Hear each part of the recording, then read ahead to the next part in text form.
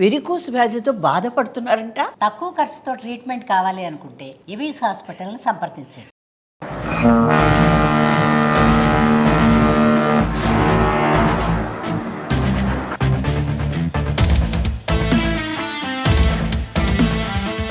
పాకిస్తాన్ దాడుల్ని భారత రక్షణ వ్యవస్థ అలవోకగా తిప్పికొట్టింది.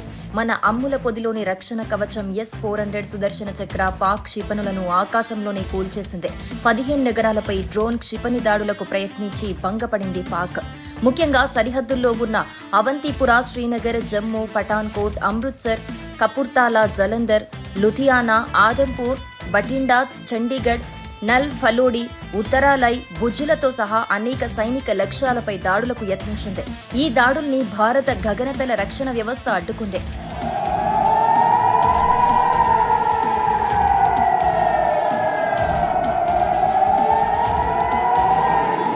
రష్యా నుంచి వచ్చిన S-400 Triumph missile system Bharat కి సుదర్శన చక్రంలా రాత్రంతా రక్షణ కవచంలా నిలిచింది. పాకిస్తాన్ నుంచి దూసుకు వస్తున్న డ్రోన్లు, క్షిపణుల్ని అడ్డుకుని గాల్లోనే ధ్వంసం చేసింది. Bharat Russia air defence system S-400 కి S-400 సుదర్శన చక్రగా పేరు పెట్టింది. ప్రస్తుత ప్రపంచంలో అత్యున్నతమైన ఎయిర్ డిఫెన్స్ సిస్టంలో ఇది ముందు వరుసలో ఉంది. US ఆంక్షలను ధిక్కరించి భారత్ రష్యా నుంచి ఈ వ్యవస్థని కొనుగోలు చేసింది. ప్రపంచంలోనే అత్యంత అధునాతనమైన దీర్ఘ శ్రేణి వాయు రక్షణ వ్యవస్థలు ఇదొకటే.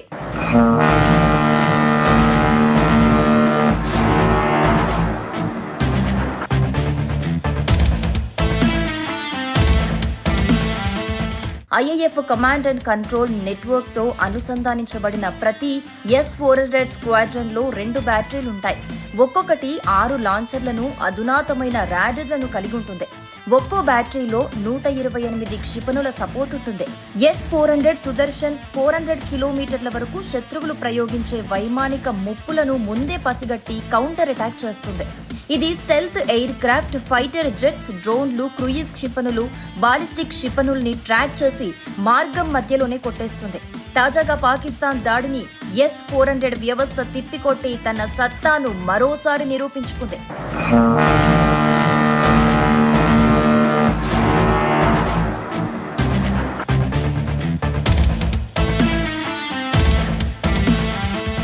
భారత వైమానిక దళం తర్వాత ఇప్పుడు నావికా దళం కూడా రంగంలోకి వచ్చింది. అరేబియా సముద్రంలో మోహరించిన INS విక్రాంత్ కరాచీని లక్ష్యంగా చేసుకుని విధ్వంసం సృష్టించడం ప్రారంభించింది.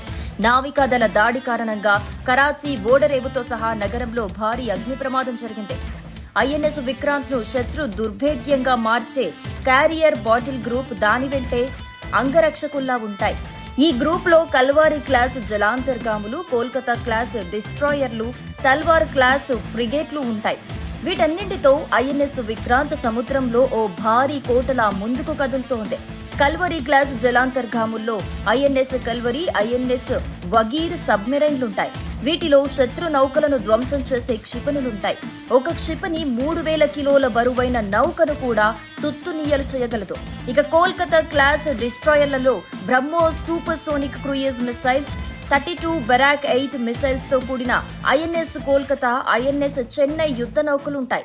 ఇవి పాకిస్తాన్లోని నౌకాశ్రయాలను, చమురు డిపోలను, యుద్ధ నౌకలను లక్ష్యంగా నిప్పులు కురిపించగలవు. తల్వార్ క్లాస్ ఫ్రిగేట్లలో INS Talwar, INS Teg, INS Trikand యుద్ధ నౌకలుంటాయి. వీటిలో దాడికి సిద్ధంగా 8 బ్రహ్మోస్ క్షిపణులుంటాయి. వేగంగా కదులుతూ తీర ప్రాంతాల్లో దాడులు జరిపేందుకు, దాడికి అవసరమైన సహకారం అందించేందుకు ఫ్రిగేట్లు ఉపయోగపడతాయి.